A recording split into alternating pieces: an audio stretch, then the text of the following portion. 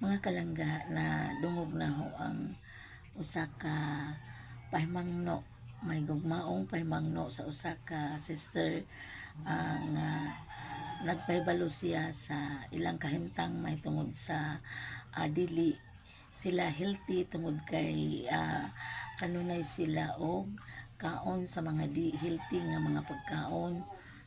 Mao na nga na ijang gipahibaw sa tanan kay aron sa makabantay nga kanang mga pagkaon nga naa sa street food sama sa mangga o mao man na iyang giingon. Tapos shumay, ako di ko hilig ana mga langga. Mao na nga mga langga nga bisan ni ana nga ilang giharap karon nga problema tungod kay nangasakit daw sila o nasakit sila tungod sa mga pagkaon nga dili maayo. Oo, tinuod na tungod kay ang atong sistema man gud karon sa atong kalibutan mga langga ni atas mga pag-antos. Mao na nga kini ijang gi testimony nga kuan nga na sa video usa part gyapon na sa maong kinaiya sa kalibutan nga niya jud ang atong kasakit.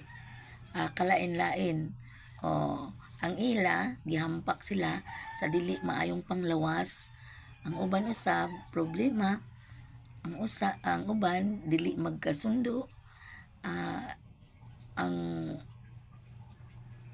at least naa dyan mga karakter nga makita nato sa kalibutan nga dili jud ka kumpletong malipayon mga langga kay naa man poy ug malipay man gani karon, naa na poy mo sunod nga mga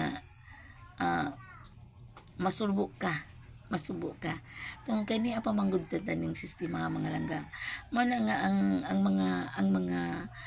mga reklamo sa mga katawhan karon nga usama sa nganong magkasakit, nganong ingon ani man, nganong gitugot, daghan gyud nga mga pangutana.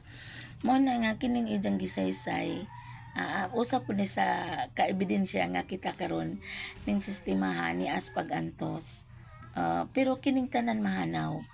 Mahanaw na, wala na unya tay paghilak, wala na kaguol, tanan mga handicap, tanan di ba?